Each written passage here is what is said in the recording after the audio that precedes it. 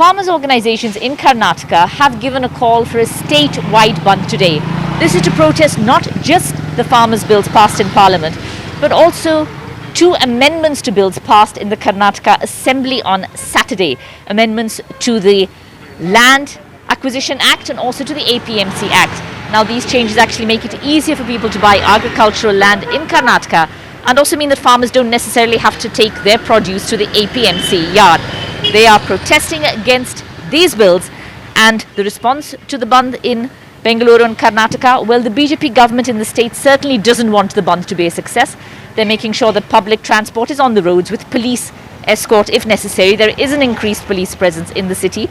Some people are being cautious. Shops like this not open just to see what exactly happens in the state. Other shops, of course, are open. It's really mixed response, but it's pretty much life as usual. Schools and colleges are, of course, anyway closed. Teachers who are going to school to take online classes have been asked to work from home. But government offices open, public transport on the road, as the BJP government in the state tries to make sure business is as usual.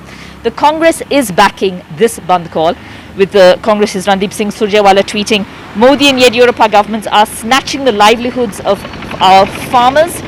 They say it's a conspiracy to enslave our farmers." Karnataka Congress supports the bandh call given by farmers' organizations. The BJP in Karnataka hitting back, saying that in fact it's a short-sighted policy of Congress which enslaved our farmers by snatching their lives and livelihoods, and that the middlemen-friendly Congress is supporting the bandh to prove its existence.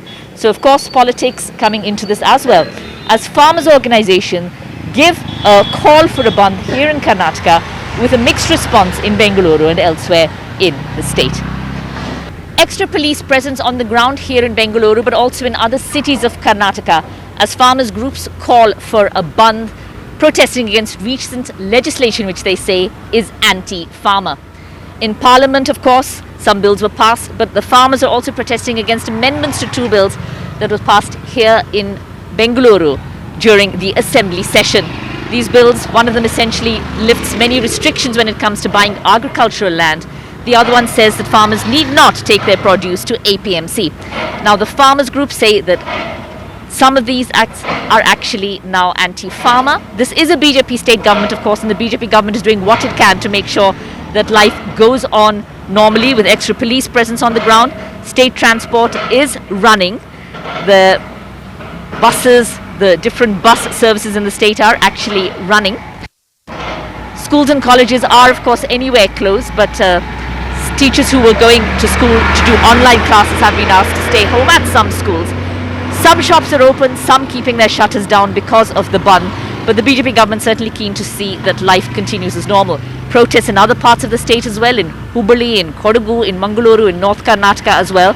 Here in Karnataka at the town hall there was a big protest also, with protesters moving to Freedom Park as well, but considerably more police presence on the ground here in Bengaluru and in Karnataka after a statewide bandh called by farmers groups against legislation they say is anti-farmer. This bandh backed by the Congress, and it will continue the whole day.